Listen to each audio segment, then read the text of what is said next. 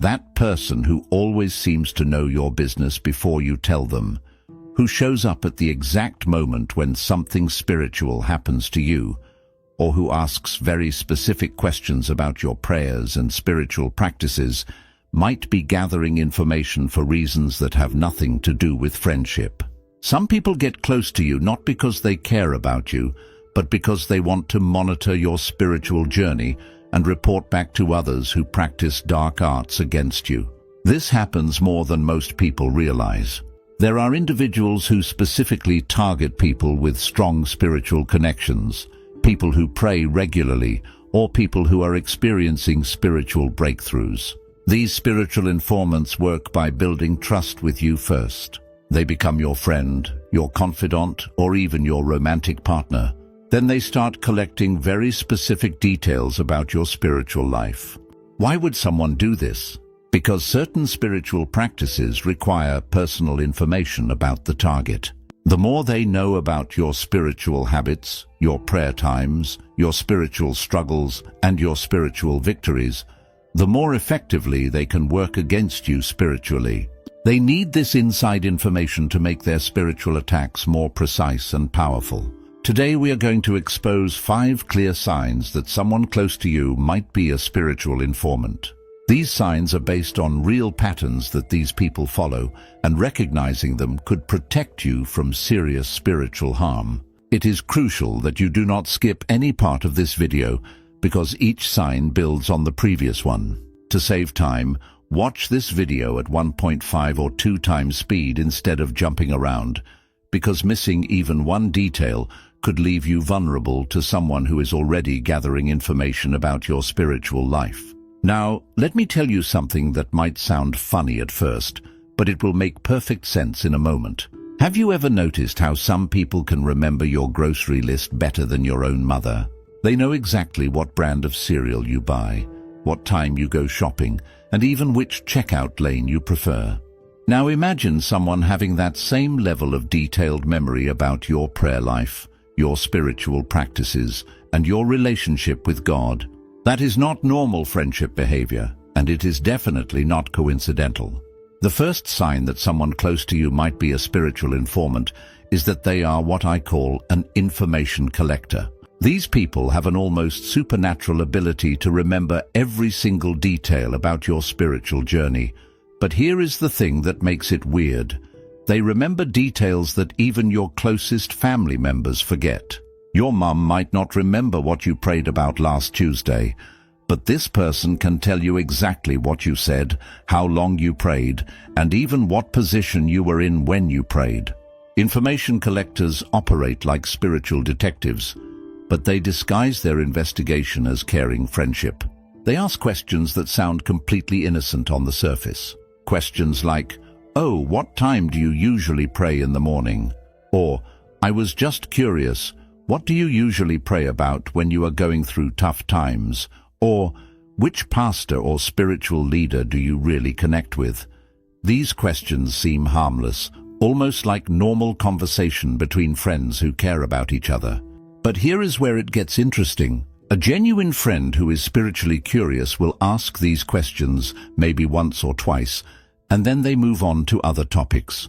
An information collector will ask these same questions in different ways, multiple times, and they will store every piece of information you give them, like they are building a database about your spiritual life. The reason they need to know your spiritual routine and timing is because certain spiritual practices that work against you require very specific information. Think about it this way. If someone wanted to break into your house, they would need to know when you leave for work, when you come back, which doors you use, and what your daily patterns look like. Spiritual informants work the same way, except they are trying to break into your spiritual life instead of your physical house. These information collectors will remember that you pray every morning at 6 a.m., that you fast on Fridays, that you struggle with doubt sometimes, and that you had a powerful spiritual breakthrough 3 months ago. They will remember these details better than you remember them yourself. And the strangest part is how they bring up these details in conversations weeks or months later, like they have been thinking about your spiritual life constantly. When someone is genuinely interested in your spiritual journey because they care about you, their interest feels warm and supportive. But when an information collector is gathering data about your spiritual practices, their interest feels different. It feels intense, focused, and sometimes even uncomfortable, like you are being interviewed instead of having a normal conversation with a friend. The most important thing to understand about information collectors is that they are not just casually interested in your spiritual life.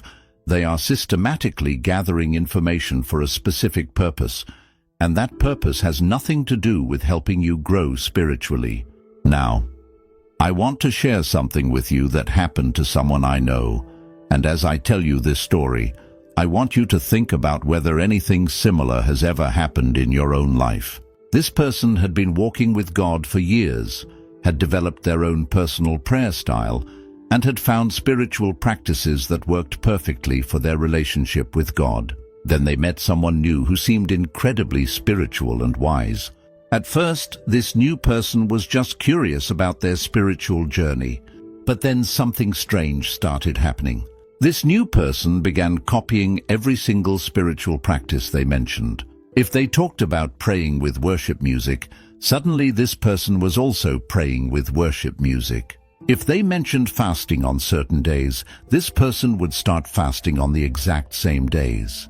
If they talked about reading specific Bible passages, this person would suddenly develop a deep love for those same passages. Now, you might think this sounds like someone who is just learning and growing spiritually, and sometimes that is exactly what it is. But the second sign that someone close to you might be a spiritual informant is when they become what I call a spiritual mimic, and there is a very specific difference between genuine spiritual growth and spiritual manipulation. When someone genuinely connects with your spiritual practices because they are inspired by your relationship with God, they will adapt those practices to fit their own personality and their own relationship with God.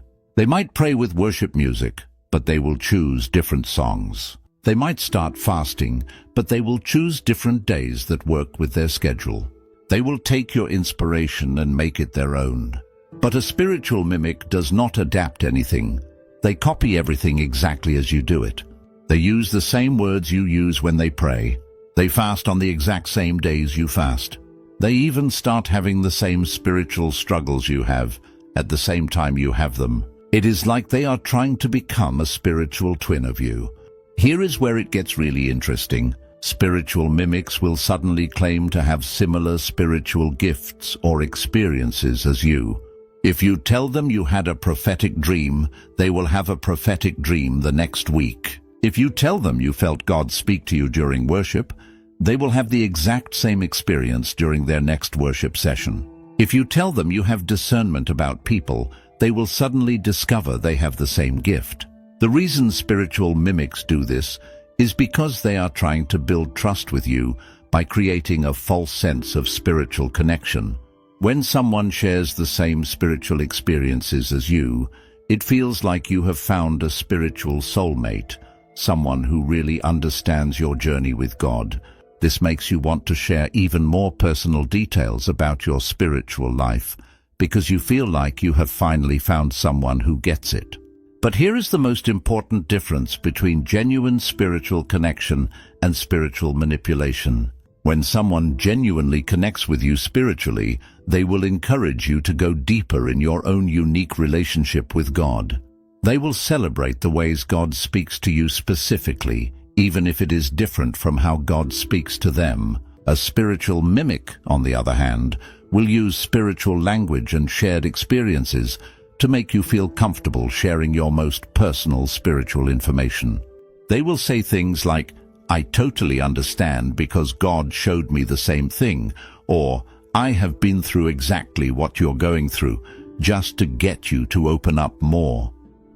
If you have been wondering why you should hit that subscribe button if you have not already, here is why. Content like this that opens your eyes to spiritual manipulation tactics is not something you will find just anywhere. So go ahead and smash that subscribe button, because you are going to want to see more content that protects your spiritual life like this. Now, What I am about to tell you right now will probably make you sit back in your chair and think, "Oh my goodness, I cannot believe I never noticed this before." This third sign is so obvious once you see it, but it is almost invisible until someone points it out to you. And once you understand this pattern, you will never be able to unsee it. The third sign that someone close to you might be a spiritual informant is that they are what I call a crisis magnet.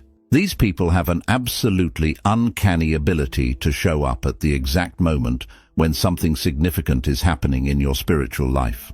And I mean exact moment, like they have some kind of spiritual GPS that tracks your emotional and spiritual state. Think about this for a second.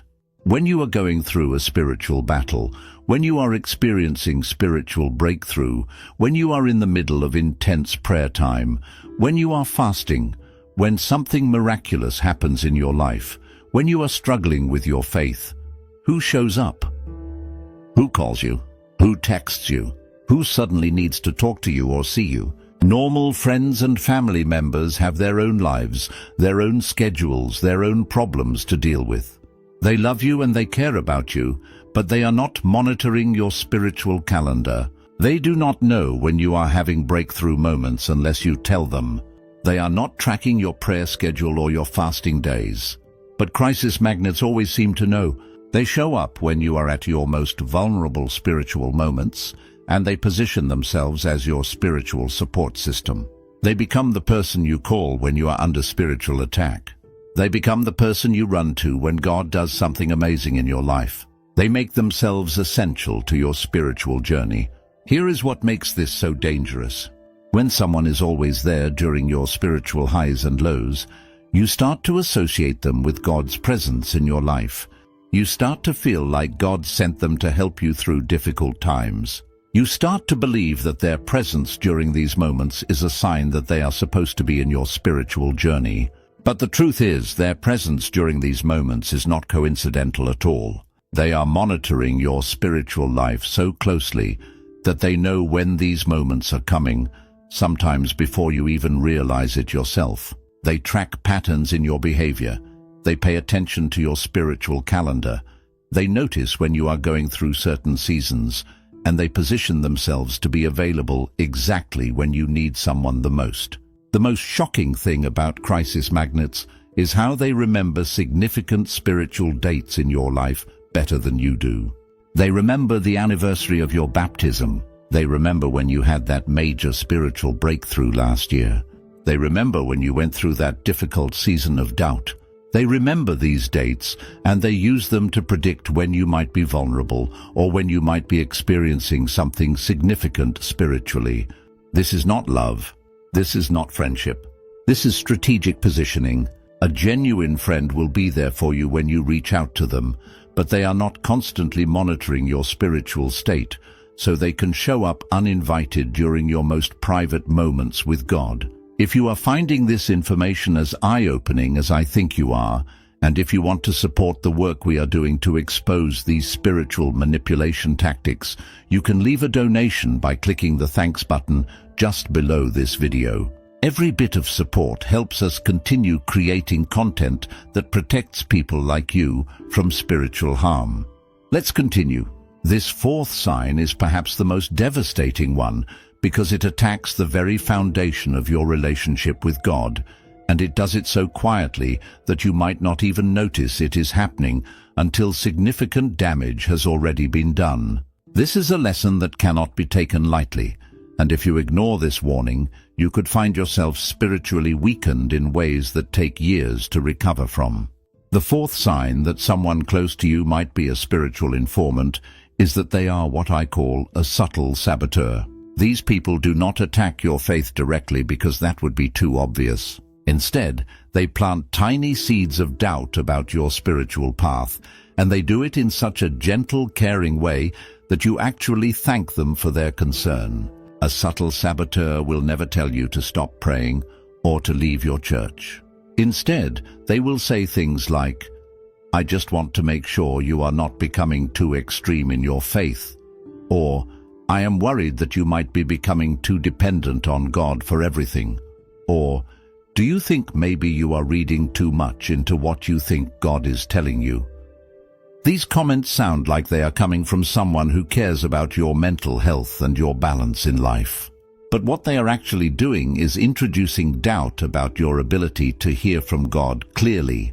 They are making you question whether your spiritual experiences are real or whether you are just imagining things.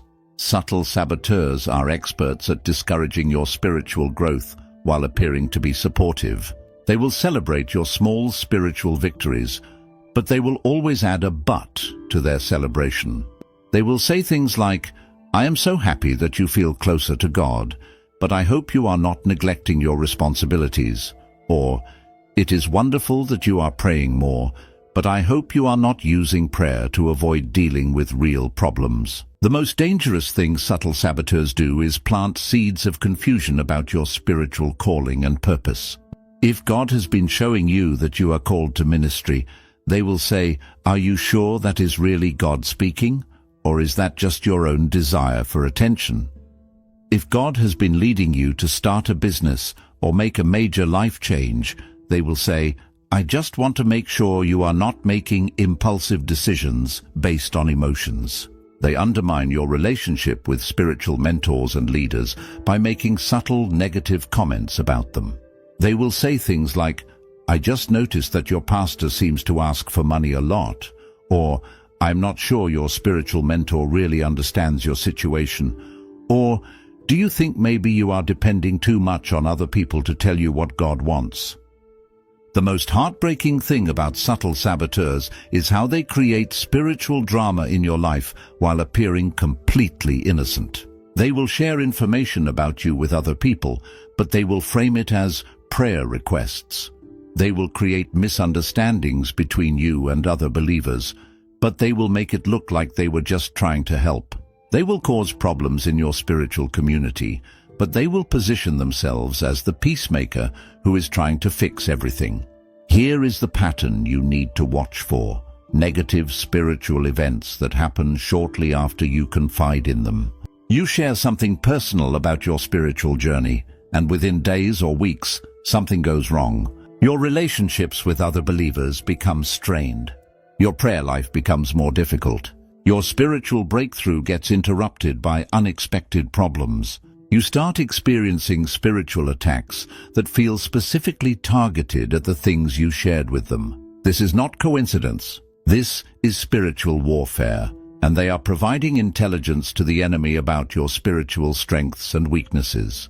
Every time you open up to them about your spiritual life, you are giving them ammunition to use against you. The most important thing to understand about subtle saboteurs is that they do not want to destroy your faith completely. That would be too obvious. Instead, they want to keep your faith just weak enough that you never become a real threat to the kingdom of darkness. They want to keep you spiritually confused, spiritually isolated, and spiritually ineffective.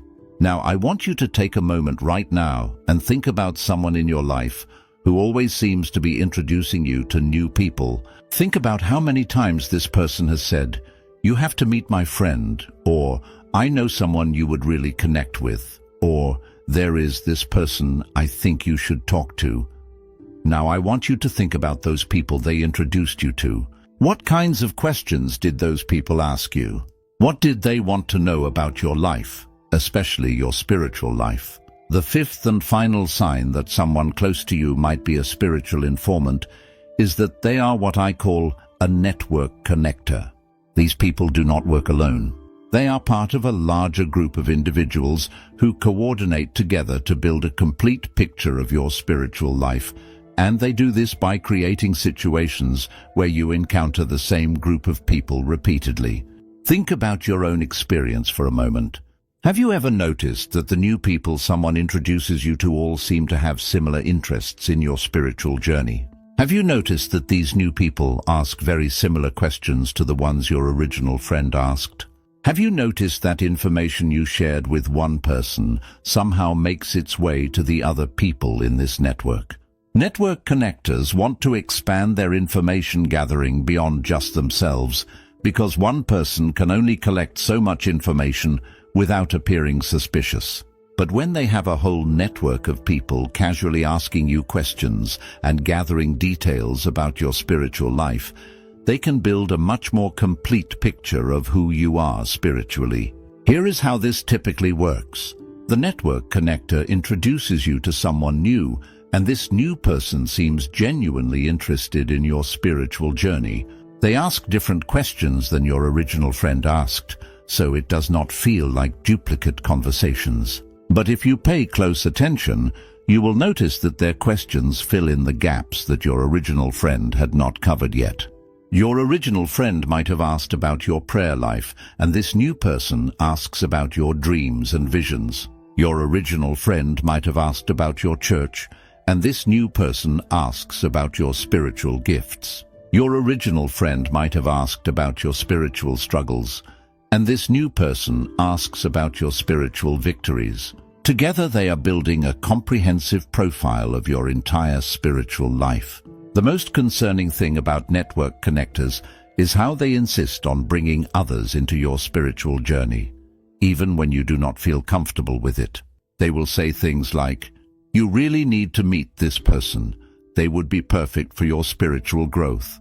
Or, "I told my friend about what you are going through, and they have some great advice for you." Or, "There is this group of people who are all dealing with similar spiritual issues. You should join us." Now, I want you to reflect on something very important. Think about the people in your life who have introduced you to multiple other people who all seem very interested in your spiritual life. Think about whether those introductions felt natural and organic, or whether they felt planned and intentional. Think about whether the people you met through these introductions have stayed in touch with you and continued to ask questions about your spiritual journey. Think about whether information you shared with one person in this network somehow became known to other people in the network, even though you never told them directly. Think about whether these people coordinate their contact with you, like they have discussed among themselves who should reach out to you and when. The reason network connectors coordinate with other informants is because they are trying to build a complete picture of your spiritual life from multiple angles. They want to know not just what you do spiritually, but how you think spiritually, what motivates you spiritually, what threatens you spiritually, and what could be used to manipulate you spiritually. Think about whether the people in this network have tried to separate you from other believers who are not part of their group. Think about whether they have made negative comments about your family members, your church friends, or your spiritual mentors who are not connected to their network. Think about whether they have tried to position themselves and their network as your primary spiritual community. This network approach is one of the most sophisticated forms of spiritual manipulation because it feels like you are building a spiritual community when you are actually being surrounded by people who are gathering intelligence about your spiritual life. The more people in the network, the more information they can collect, and the more ways they can influence and manipulate your spiritual journey. Now that you understand all 5 signs of spiritual informants, let me ask you something very important. After everything you have learned in this video, if you choose to ignore these warning signs and continue allowing these people access to your spiritual life, what does that say about your commitment to protecting what God has given you? These 5 signs work together to create a complete system of spiritual surveillance and manipulation. The information collector gathers your data, the spiritual mimic builds false trust, the crisis magnet positions themselves strategically, the subtle saboteur weakens your defenses, and the network connector expands the operation. Together, they can completely compromise your spiritual life without you even realizing it is happening. If you recognize these patterns in someone close to you, you need to immediately stop sharing personal spiritual information with them. You need to create healthy boundaries around your prayer life, your spiritual practices, and your relationship with God. You do not need to be paranoid, but you do need to be wise about who gets access to the most intimate parts of your spiritual journey. Start protecting your spiritual information by praying for discernment about the people in your life. Ask God to show you who genuinely supports your spiritual growth and who might be working against it. Trust your spiritual intuition when something feels wrong about someone's interest in your spiritual life. The fact that you watched this entire video shows that you are serious about protecting your spiritual life. But if you go back to your old ways after learning these truths, if you continue to ignore red flags and keep giving spiritual informants access to your most personal spiritual information, then you are choosing to remain vulnerable to spiritual manipulation that could derail your entire relationship with God. Your spiritual discernment is a gift from God, and when it is telling you that something is not right about someone's behavior, listen to it. Do not ignore those inner warnings just because you want to believe the best about people. The YouTube algorithm knows exactly what video will serve you best next, so go ahead and click on that suggested video popping up on your screen right now. That video will give you the next piece of spiritual protection you need, and you cannot afford to miss it.